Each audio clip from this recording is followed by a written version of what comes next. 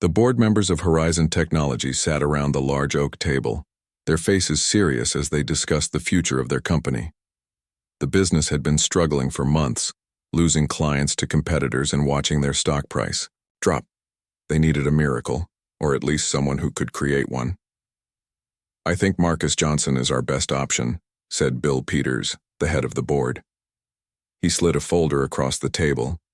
Inside was the resume of a 38-year-old African-American man with an impressive history of saving failing companies. "His track record speaks for itself," Linda Ross added. "He turned Streamline Software around in just 18 months. Before him, they were nearly bankrupt. After him, their value tripled." The vote was unanimous. Marcus Johnson would become the new CEO of Horizon Technologies. 3 days later, Marcus sat in his home office reviewing everything he could find about Horizon. He had accepted the position, but he had one condition. He wanted 1 week to observe the company before being officially announced as the new CEO. He believed that seeing how a company operated when employees didn't know they were being watched would tell him more than any report ever could. "Are you sure about this approach?" asked his wife, Natalie, as she brought him a cup of coffee. "You could just start officially and make changes right away." Marcus shook his head. "I need to see the real Horizon first. People act differently when they know the boss is watching." He closed his laptop and smiled at her.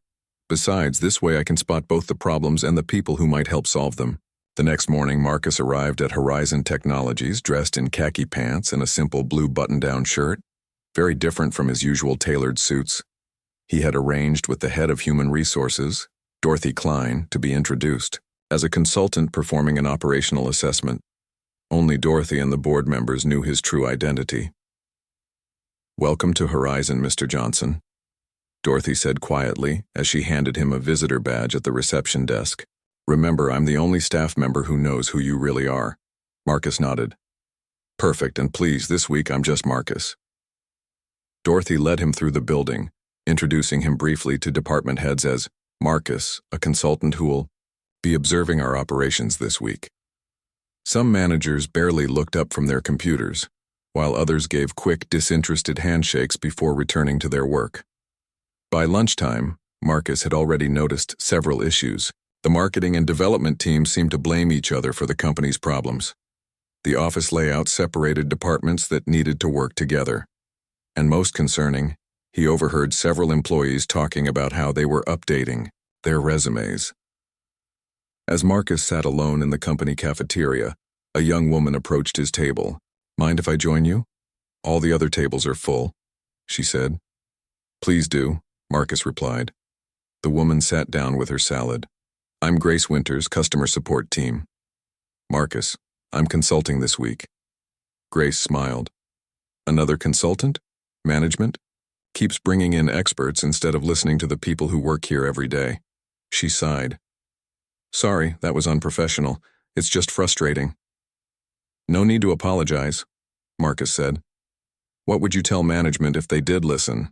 For the next 20 minutes, Grace shared insights about communication breakdowns, outdated systems, and low morale. Marcus listened carefully, asking occasional questions. "Wow, I've talked your ear off," Grace finally said. "You're a good listener."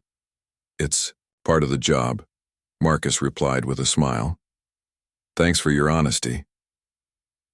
Over the next 3 days, Marcus continued his observations, talking with employees at all levels. He learned that Horizon had been close to securing a $10 million deal with GlobalNet, an international client that would bring both money and prestige. However, negotiations had stalled under the previous CEO. On his 4th day at Horizon, Marcus made a decision. Without revealing his position, he contacted Peter Wright, GlobalNet's CEO, someone he knew from previous business dealings. "Peter, it's Marcus Johnson." "Marcus, great to hear from you. What can I do for you?" "I've joined Horizon Technologies. I understand you've been in talks with them." Peter's tone changed. "Yes, but things weren't progressing. Your predecessor couldn't meet our technical requirements. What if I personally guarantee those requirements will be met? I'd like to revisit the deal." There was a pause. "For you, Marcus, I'll reopen discussions, but I need solid assurances." "You'll have them." Can you meet this Friday at Horizon's offices? We can make that work. After the call, Marcus went to Dorothy in HR. I need to speak with Susan Carter, the CFO. In Susan's office, Marcus finally revealed himself to another staff member. You're our new CEO? Susan was shocked. But the announcement isn't until next week? I've been observing this week, Marcus explained. And I've potentially revived the GlobalNet deal. They're coming Friday. Susan's eyes widened. That's a $10 million contract we thought was dead. How did you manage that? Peter Wright and I have history, but we need to prepare. Who's your best technical lead? That would be Olivia Bennett. She knows our products better than anyone. Get her in here, but don't tell her who I am yet. When Olivia arrived, Susan introduced Marcus as a consultant, helping with the GlobalNet opportunity. Together, the three of them worked late into the evening, preparing a new proposal that addressed GlobalNet's concerns. By Thursday night, everything was ready. Marcus had secretly prepared a presentation that demonstrated exactly how Horizon's technology could integrate with GlobalNet's systems, the main sticking point in previous negotiations. This is impressive work, Susan said, as they reviewed the final presentation. The board made the right choice with you, Marcus smiled. Let's see if GlobalNet agrees. Remember, tomorrow I'm still just a consultant. Only you and Dorothy know otherwise. Understood, Susan replied. But when will you tell everyone else? After the meeting, if all goes well. I want to start my official tenure with a win. Friday morning arrived with clear skies and a sense of anticipation. Marcus got to the office early, planning to set up the conference room before anyone else arrived. He wore the same casual clothes as all week, carrying his presentation materials in a simple folder. As he approached the main conference room on the executive floor, he noticed it was already being prepared. A man in his 50s with graying hair and an expensive suit was directing a younger employee to arrange water bottles and notepads. Marcus recognized him from his observations. Alan Pierce, the head of operations who had been with Horizon for 15 years. Marcus had noticed how other employees seemed nervous around Alan, how he took credit for his team's ideas, and how he dismissed suggestions from younger staff members. Marcus approached the conference room door. Good morning. Alan turned, looking Marcus up and down with obvious judgment. Can I help you? I'm here to set up for the GlobalNet meeting, Marcus explained. Alan's expression hardened. This is an executive-level meeting. Consultants don't need to be present. Actually, I've been working with Susan Carter on the new proposal. I don't care who you've been working with, Alan said, his voice rising. This room is for authorized personnel only.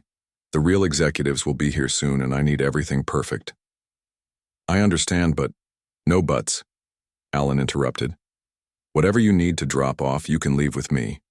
Better yet, give it to Susan when she arrives. Marcus remained calm. I think there's been a misunderstanding. The only misunderstanding is you thinking you belong in this meeting, Alan said coldly. We're meeting with GlobalNet about a potential $10 million deal. This isn't the place for consultants. The way Alan said consultants made it clear he didn't believe that was what Marcus really was. At that moment, Susan Carter emerged from the elevator, carrying her laptop case. She spotted Marcus and smiled warmly. Good morning, Marcus. I see you've met our head of operations, Alan Pierce. Alan looked confused by Susan's friendly tone. Is everything ready for the meeting? Susan asked Marcus. Not quite, Marcus replied, calmly. Mr. Pierce was just explaining that this meeting is for executives only. Susan's smile faded as she looked from Marcus to Alan and back again. Understanding dawned in her eyes. Alan, she began carefully, I think there's something you should know about our consultant. Alan Pierce stood frozen, his eyes moving between Susan and Marcus. The silence in the hallway felt heavy. Alan, Susan said carefully, Marcus Johnson isn't just a consultant. He's our new chief executive officer. The color drained from Alan's face. His mouth opened, but no words came out. The board hired him last week, Susan continued. He's been observing operations before his official start date. Alan finally found his voice. But I was told the new CEO wouldn't start until next week. I didn't know. His words trailed off as he realized the mistake he had made.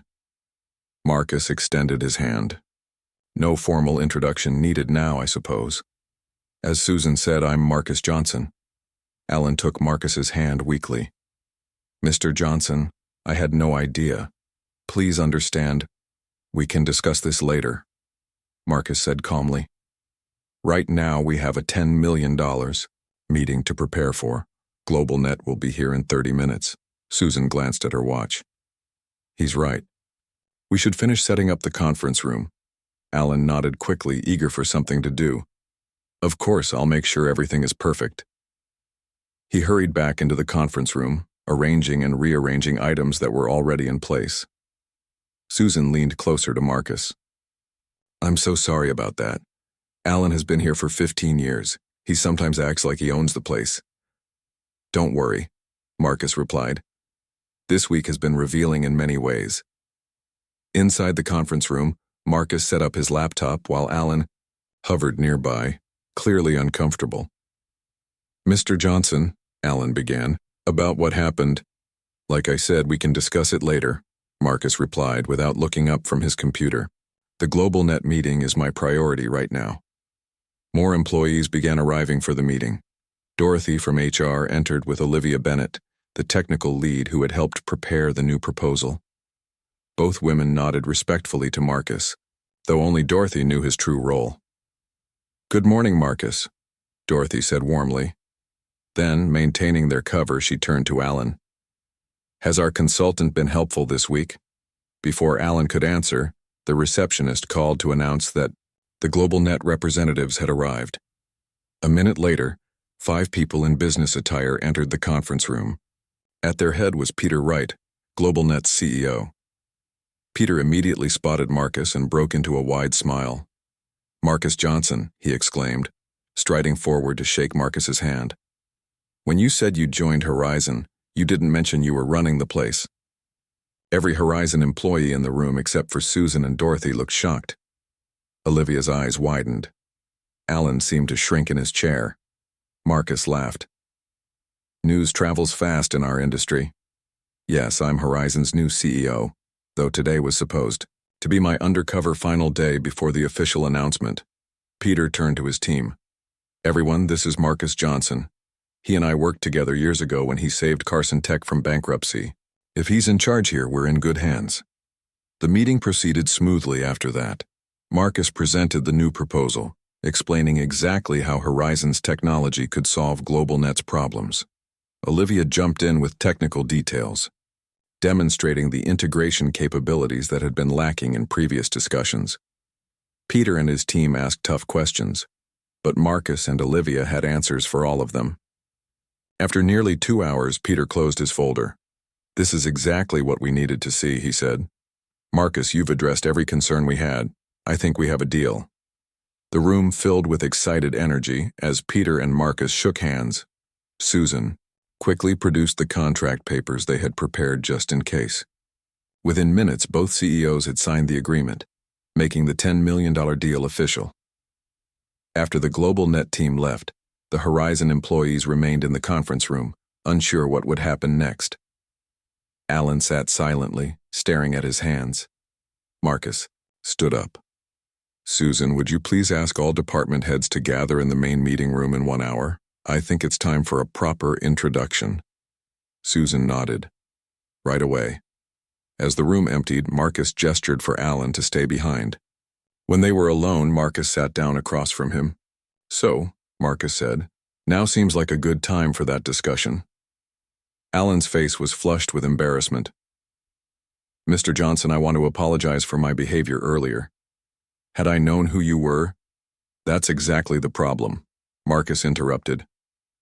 You treated me differently based on what you thought my position was. Or perhaps based on how I was dressed. Or perhaps based on something else entirely. Alan looked down. I didn't mean to be disrespectful. But you were, Marcus said firmly. And not just to me. I've been watching all week, Alan. I've seen how you speak to the junior staff. I've seen how you take credit for other people's work. I've seen how you dismiss ideas from anyone you consider beneath you." Alan remained silent. "Let me ask you something," Marcus continued. "If I had been dressed in an expensive suit when we met this morning, would you have assumed I didn't belong in that meeting?" I don't know," Alan admitted. "Probably not." Marcus nodded. "And if I told you I was here for the meeting, would you have questioned me further?" "No, sir," Alan replied quietly. "That's what I thought." Marcus leaned forward. "Here's what I believe, Alan. Every person who walks through those doors deserves the same respect, whether they're the janitor or the CEO. The way you talk to people matters. The assumptions you make about people matter." Alan finally looked up. "Are you firing me?" The question hung in the air for a moment. "No," Marcus said finally. "At least not today." Relief washed over Alan's face. "But," Marcus continued, "things will need to change. Starting with you." An hour later, all of Horizon's employees gathered in the main meeting room. The space was buzzing with whispers as people tried to understand what was happening. Most had heard rumors about a new CEO, but no one except those involved in the morning's events knew that he was already in the building. Susan stepped to the front of the room. "Good afternoon, everyone. Thank you for gathering on short notice. I have the pleasure of introducing Horizon Technology's new Chief Executive Officer, Marcus Johnson." Marcus walked to the center of the room as surprised murmurs spread through the crowd. He was still dressed in his casual clothes, which added to the employees' confusion. "Hello, everyone," Marcus began. "Some of you may have seen me around this week. I've been observing how Horizon operates before officially taking the helm. For those I've spoken with, I was introduced as a consultant, which wasn't entirely untrue. I was consulting with myself." A small laugh rippled through the crowd. "Today we signed a $10 million contract with GlobalNet," Marcus continued. "This deal will stabilize our finances and open doors to new opportunities. But securing this contract is just the beginning." Marcus paced slowly as he spoke. "During my week here, I've learned a lot about Horizon, both its strengths and its weaknesses. I've seen talented people whose ideas aren't being heard. I've seen departments that should be working together but aren't. And I've seen a company culture that needs to change." His eyes found Alan in the crowd for a brief moment, before moving on. "Starting Monday, I will officially be your CEO. But today I want to make one thing clear.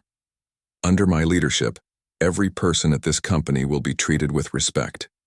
Every idea will be considered based on its merit, not on who suggested it, and every employee will have the opportunity to contribute to Horizon's success." Marcus smiled. "We have a lot of work ahead of us. But today we celebrate our first win together. Thank you all for your time.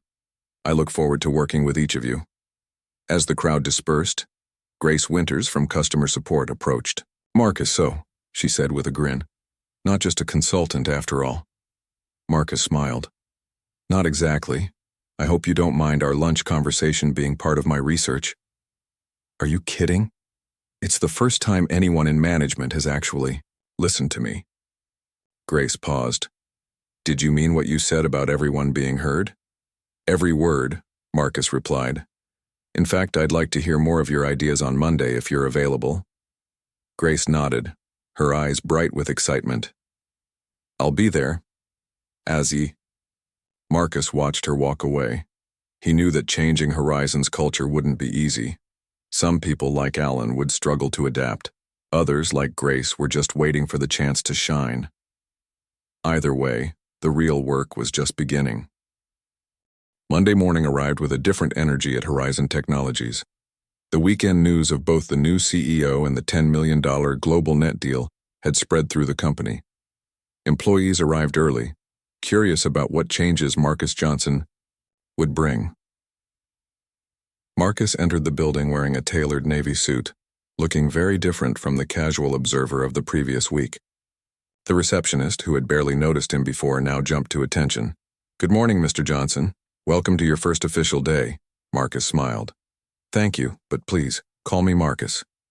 As he walked through the office, people nodded, respectfully, or offered quick greetings. The same employees who had ignored him days earlier now seemed eager to make a good impression. Marcus found the change both amusing and telling. He reached his new office, a large corner room with glass walls that had belonged to the previous CEO. Dorothy from HR was waiting for him with a stack of paperwork and a steaming cup of coffee. "Remembered you take it black," she said, handing him the cup. "From our conversations last week." "Thank you, Dorothy. Small details matter," Marcus replied, appreciating her thoughtfulness. Dorothy smiled. "Your 9 a.m. meeting with the executive team is set. Everyone will be there." She paused. "Including Alan Pierce." Marcus nodded. "Good. How is he doing after Friday's events?" "Nervous," Dorothy admitted. "There are already rumors that you're going to fire him. Some people are actually taking bets on how long he'll last." Marcus frowned. "That's not the kind of culture I want to encourage. Please make sure those rumors stop." At exactly 9 a.m., Marcus entered the conference room where the executive team waited. Susan Carter sat beside an empty chair clearly left for Marcus. Alan Pierce sat across the table looking uncomfortable but professionally dressed. 5 other department heads completed the group. "Good morning, everyone," Marcus began as he took his seat. "Thank you for being here.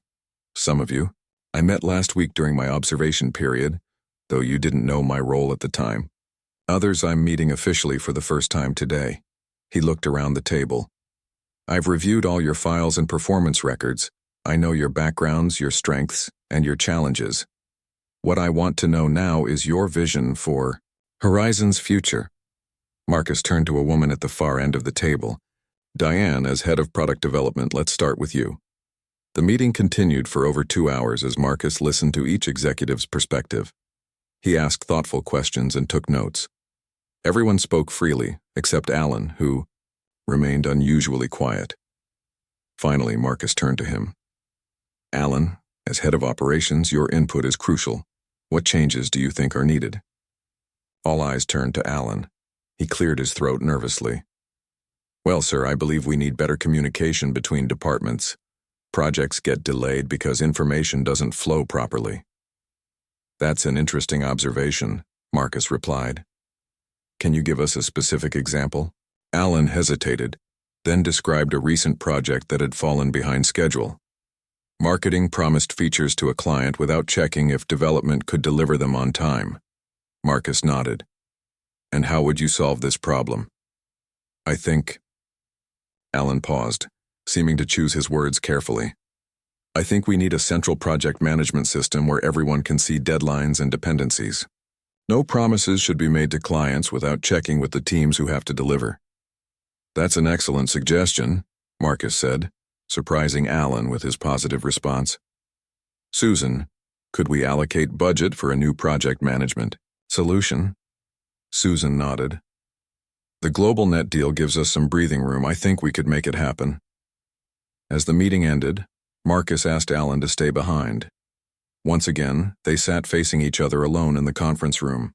"That was a good suggestion about the project management system," Marcus said. Alan nodded cautiously. "Thank you, sir." "I noticed something interesting," Marcus continued. "In group settings before I was revealed as CEO, you spoke over others and dismissed ideas quickly. Today you barely spoke until directly asked." Alan looked down at his hands. "I've been thinking a lot about what you said on Friday, about how I treat people." "And?" Marcus prompted. "And you were right," Alan admitted. "I've been at Horizon for 15 years. Somewhere along the way, I started believing my experience meant I knew better than everyone else." He looked up at Marcus. "Friday was eye-opening." Marcus studied him for a moment. "I'm glad to hear that, because I have a special project for you." Alan straightened in his chair. "What kind of project?" "I'm creating a culture committee," Marcus explained. "A team focused on improving how we work together at Horizon. I want you to lead it." Alan's eyebrows shot up in surprise. "Me?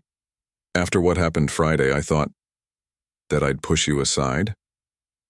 No, Alan. I believe people can change when given the right opportunity. You have influence here.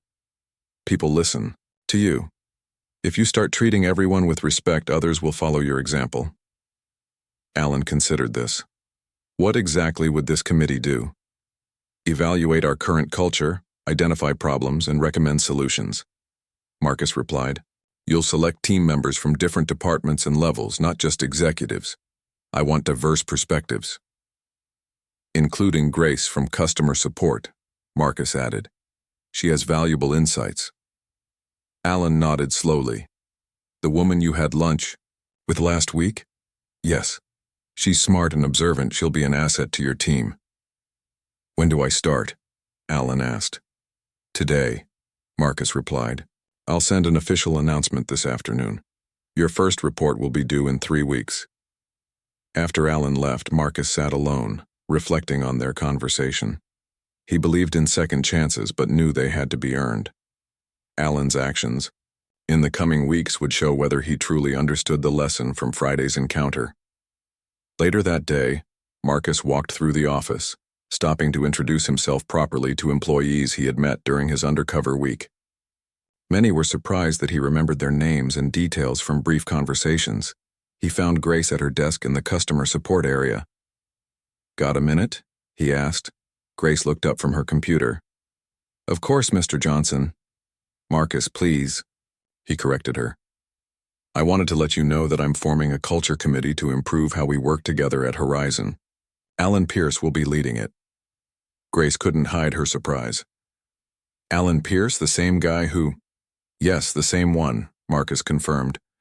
And I want you to be on the committee. Me?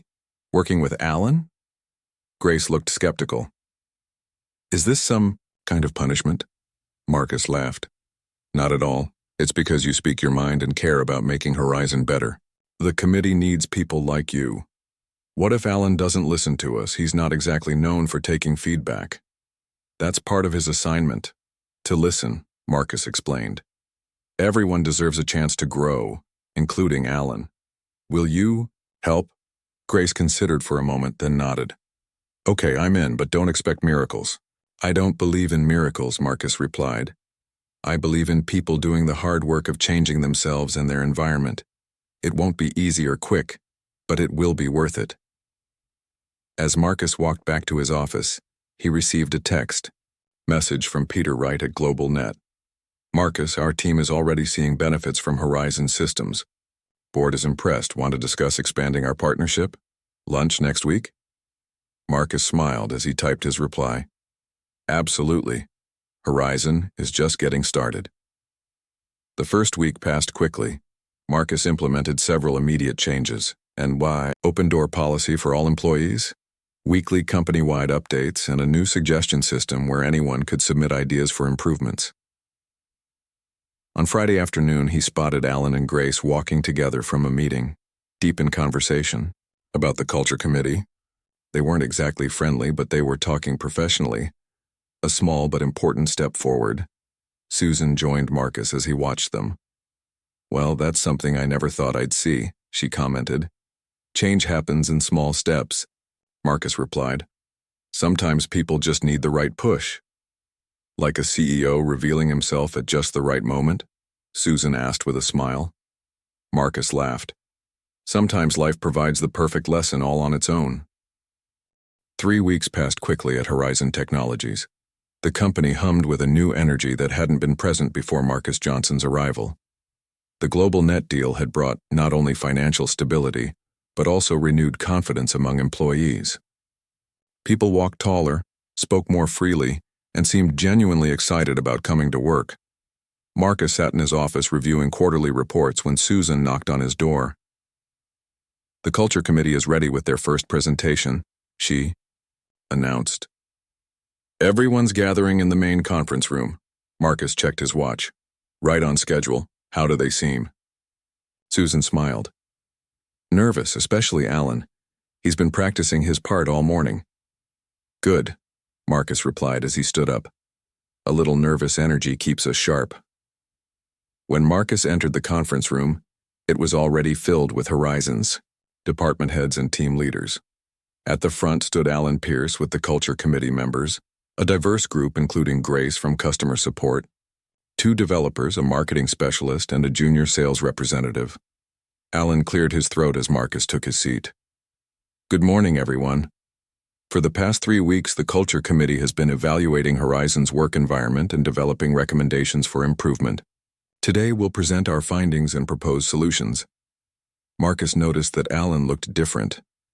The arrogance that had once defined his demeanor was gone, replaced by a more thoughtful presence. He still stood tall and spoke confidently, but there was a new humility in his manner. Before we begin, Alan continued, I want to acknowledge something important. When Mr. Johnson, Marcus, first joined Horizon, I treated him disrespectfully because I made assumptions based on appearance. It was wrong, and it opened my eyes to problems in our company culture that many of us have ignored for too long. A murmur went through the room. No one had expected Alan to begin with such a personal admission. That experience, Alan said, is why this committee exists. And what we've discovered is that my behavior wasn't an isolated incident. It was a symptom of larger problems at Horizon. For the next 30 minutes, Alan and the committee members took turns presenting their findings. They had conducted anonymous surveys, held focus groups, and analyzed patterns in employee turnover. The results painted a clear picture. Horizon had developed a hierarchical culture where status mattered more than ideas, where some voices were valued over others, and where fear often prevented people from speaking up. Grace stepped forward to present the committee's recommendations. We're proposing 5 key changes, she explained, displaying a slide with their suggestions. First, a mentorship program pairing senior and junior employees across departments. Second, regular innovation days where anyone can pitch new ideas. Third, anonymous feedback channels for reporting concerns. Fourth, revised meeting guidelines ensuring everyone gets heard. And fifth, inclusion training for all employees, starting with leadership. Marcus listened carefully, impressed by the thoroughness of their work. When the presentation ended, he stood up. Thank you all for this excellent report, he said. I'm approving all 5 recommendations, effective immediately. Susan will work with you on budget and implementation timelines. The committee members exchanged excited glances. They hadn't expected such immediate acceptance. One more thing, Marcus added. I want monthly progress reports on how these changes are affecting our culture. Real change takes time and constant attention. This isn't a one-time fix. It's an ongoing commitment. After the meeting, Marcus asked Alan to join him for lunch in his office. As they ate sandwiches from the company cafeteria, Marcus shared his thoughts on the presentation. You did good work, Alan. The committee's recommendations are practical and thoughtful. Alan nodded. Thank you, but I can't take much credit. The team did most of the heavy lifting. He paused. Especially Grace. Her insights were invaluable. That's quite a change from the Alan Pierce I met a month ago, Marcus observed. You would have insisted on taking all the credit then. Alan smiled ruefully. A month ago, I probably wouldn't have listened to Grace's ideas in the first place. What changed? Marcus asked, though he suspected he knew the answer. Alan was quiet for a moment. When you made me lead this committee, I thought it was punishment, forcing me to face what I'd done wrong. But working with people I'd previously ignored or dismissed, he shook his head. I realized how much I'd been missing. Grace sees problems I never noticed. The developers have brilliant ideas I would have shot down without consideration. And how does that make you feel? Marcus prompted. Honestly? Embarrassed at first, then humbled. Alan met Marcus's gaze directly. Now I just feel grateful for the chance to do better. Later that afternoon, Marcus visited the customer support department. He found Grace at her desk, typing rapidly. Do you have a moment to talk? He asked. Grace looked up with a smile. For the CEO, I think I can manage that. They walked to a small break room where Marcus poured them both coffee. I wanted to thank you personally for your work on the committee, he said. Your recommendations were excellent.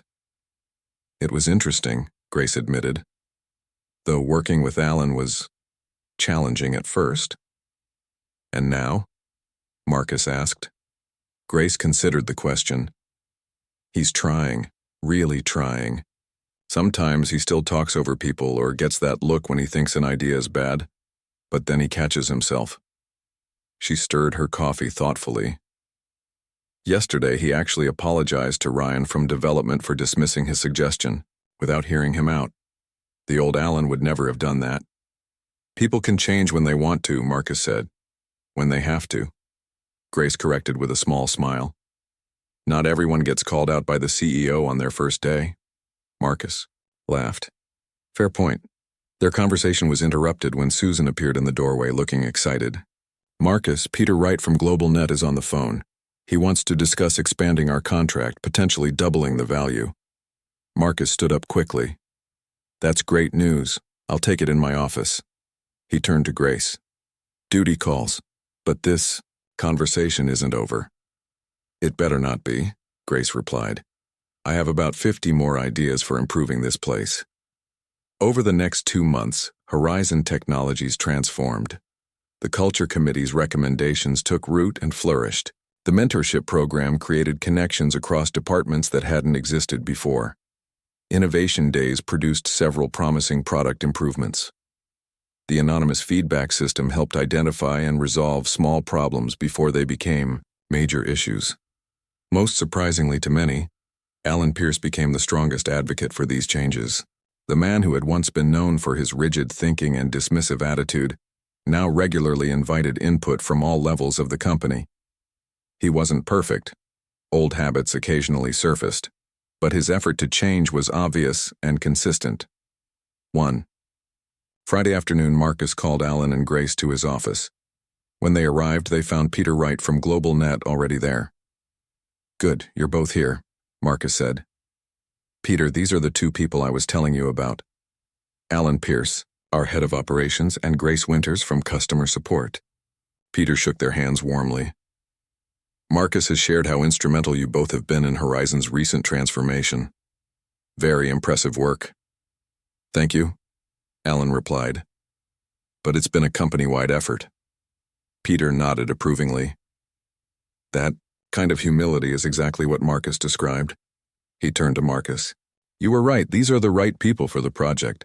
Grace looked confused. What project? Marcus smiled. Peter has proposed not just expanding our current contract, but creating a joint venture between Horizon and GlobalNet. We'll be developing new security solutions together, and we need a team to lead our side of the partnership. And you want us? Grace asked, clearly surprised. Absolutely, Marcus confirmed. Alan brings experience and a newly developed appreciation for diverse perspectives. You bring innovation and a deep understanding of customer needs. Together you represent exactly the kind of leadership Horizon stands for now. Alan looked at Grace. What do you think? Partners? Grace smiled. Partners. As they discussed the details of the new venture, Marcus watched them with satisfaction.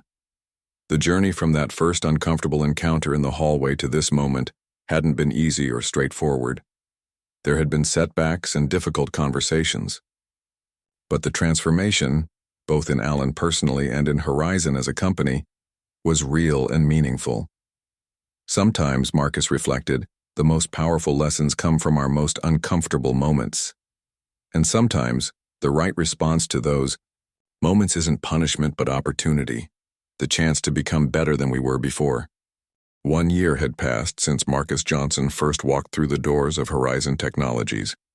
The company was preparing for its annual celebration, marking not only the anniversary of Marcus's leadership, but also the most successful year in Horizon's history. The main conference room had been transformed for the occasion. Tables covered with white cloths lined the walls loaded with food and drinks. Blue and silver balloons, Horizon's colors, floated near the ceiling. A large banner read, 1 year New Horizon, in bold letters. Employees filed in, dressed more formally than usual. The mood was festive, with laughter and conversation filling the room. In one corner, Susan Carter chatted with a group of executives from partner companies. In another, Dorothy from HR welcomed new employees who had joined. In recent months, Marcus stood near the entrance greeting people as they arrived. He wore a dark blue suit with a silver tie that matched the company colors. "Look at this turnout," said Peter Wright from GlobalNet, who had arrived early as a special guest. "You've built something remarkable here, Marcus." Marcus smiled. "We've built something remarkable. The GlobalNet partnership has been key to our success." Peter nodded. $20 million in joint projects with more on the horizon, no pun intended. Our board couldn't be happier. Neither could ours, Marcus replied. Our stock price has doubled since last year. Their conversation was interrupted when Grace Winters approached, wearing an elegant black dress. "Mr. Wright, it's good to see you again," she said, shaking Peter's hand. "We just finished the security testing on the new platform. Results are even better than projected." Peter beamed. "Excellent news. And please, I've told you to call me Peter." Grace smiled. "Old habits. Is Alan here yet? He'll want to hear about the test results." "I saw him helping set up the presentation," Marcus replied. "He's been here since 7 this morning, making sure everything is perfect." After Peter excused himself to greet other guests, Marcus turned to Grace. "You two have come a long way since those first committee meetings." "We have," Grace agreed. "Sometimes I forget he's the same Alan who used to make the support team dread operations meetings." She paused. "I never thanked you properly for putting me on that committee. It changed everything for me." "You earned it," Marcus said simply. "How's the new role treating you?" 6 months earlier, Grace had been promoted to Customer Experience Director, a new position created based on recommendations from the Culture Committee. "I love it," she replied. "Being able to actually fix the problems I used to just report feels amazing. And having a seat at the executive table means customer concerns don't get buried anymore." Marcus nodded. "Your perspective has been invaluable. The customer retention numbers prove it." The room was nearly full now. Marcus glanced at his watch. "Almost time to start. I should find Alan for the presentation." He didn't have to look far. Alan Pierce was adjusting the projector at the front of the room, frowning in concentration. The past year had changed Alan, too. His hair had more gray now, but he carried himself differently, less rigid, more open. "Everything set?" Marcus asked. Alan looked up. "Just about," running through the slides one last time to make sure there are no glitches. "Nervous about the announcement?" "A little," Alan admitted. "It's a big step." Marcus patted his shoulder. "You're ready." At precisely 7 p.m., Marcus stepped to the front of the room and tapped a glass for attention. The conversations quieted as employees found seats or stood along the walls. "Welcome everyone to our first annual celebration," Marcus began. "1 year ago, I walked into Horizon as the new CEO. My first week was educational." Laughter rippled through the crowd as many people glanced at Alan, who smiled good-naturedly. "What I found was a company with tremendous potential held back by its own culture," Marcus continued. "Today, I see a transformed organization. Our revenue has increased by 60%. Employee turnover has dropped from 30% to under 5%. And our client satisfaction scores are the highest in the industry." Applause filled the room. "These achievements aren't due to fancy strategies or market conditions," Marcus said when the clapping subsided. "They're the result of people, all of you, choosing to create a better workplace every day. Small decisions about how we treat each other, how we listen, how we solve problems together." Marcus gestured to the crowd. "Stand up if you've participated in our mentorship program." Nearly half the room stood. "Stay standing and have everyone stand if you've presented an idea at Innovation Day." More people rose. "Now everyone stand if you've seen positive change at Horizon in the past year." By the end, everyone in the room was on their feet. Marcus smiled broadly. "This is what success looks like. Not just numbers on a spreadsheet, but people working together with respect and purpose." As the crowd retook their seats, Marcus grew more serious. "Tonight, I have an important announcement. For the past 3 months, the board and I have been discussing Horizon's future leadership. We've been searching for someone who embodies our values and has demonstrated the ability to drive positive change. Murmurs spread through the audience. I'm pleased to announce that effective next month, Alan Pierce will be promoted to Chief Operations Officer of Horizon Technologies. The room erupted in applause. Many people looked surprised, but the applause was genuine. Alan stood and joined, Marcus at the front looking both proud and humbled. When the noise died down, Marcus continued, "Some of you might be wondering about this choice. After all, Alan and I didn't exactly start on the best terms." More laughter filled the room. But true leadership isn't about never making mistakes. It's about how you respond to them, what you learn, how you grow. Marcus turned to Alan. "Over the past year, I've watched Alan transform not just his own approach to leadership, but help transform our entire company. He's earned this promotion through hard work and genuine change." Alan stepped forward to address the crowd. "Thank you, Marcus, and thank you all for your support." He paused, looking momentarily emotional. "A year ago, I made a mistake that could have defined my career. Instead, it became the catalyst for the most important learning experience of my life." He scanned the room, making eye contact with various colleagues. "I've worked at Horizon for 16 years now. For 15 of those years, I thought leadership meant having all the answers and making sure everyone knew it. Now I understand that real leadership is about asking the right questions and listening, truly listening to the answers." Alan turned to Grace, who sat in the front row. "I want to especially thank Grace Winters, who challenged me at every committee meeting and never let me fall back into old habits.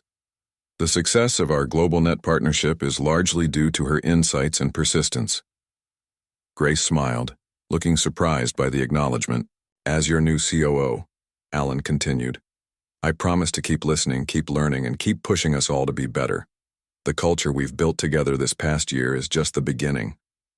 As Alan rejoined the crowd, Marcus made one final announcement. "And taking over Grace's current role as Customer Experience Director will be Ryan Chen from our development team, who has demonstrated exceptional understanding of customer needs." More applause followed. Ryan, a young developer who had been one of the quieter members of the original Culture Committee, looked shocked but pleased. Later, as employees enjoyed food and conversation, Marcus found a quiet moment with Alan and Grace. "Congratulations to both of you," he said. "Alan on the promotion and Grace on building such a strong department that you can hand it over to Ryan." "I still can't believe how much has changed," Grace said. "This time last year I was considering leaving Horizon, and I was considering firing Alan," Marcus added with a smile. Alan laughed. "I probably deserved it." "Maybe," Marcus acknowledged. "But sometimes people deserve a chance to be better than their worst moment." They were interrupted by Peter Wright, who approached with raised glass. "A toast," he proposed, "to Horizon Technologies, the company that turned an uncomfortable hallway encounter into a $20 million partnership and a completely transformed business." As they clinked glasses, Marcus reflected on the journey. What had begun as an awkward, potentially disastrous first impression had catalyzed change far beyond what he could have imagined. One moment of discomfort had sparked a year of growth, not just for Alan, but for the entire company. Sometimes, Marcus thought, the most powerful lessons come from the most unexpected teachers, and sometimes, the right response to being underestimated is not revenge but leadership, showing people a better way forward one day at a time.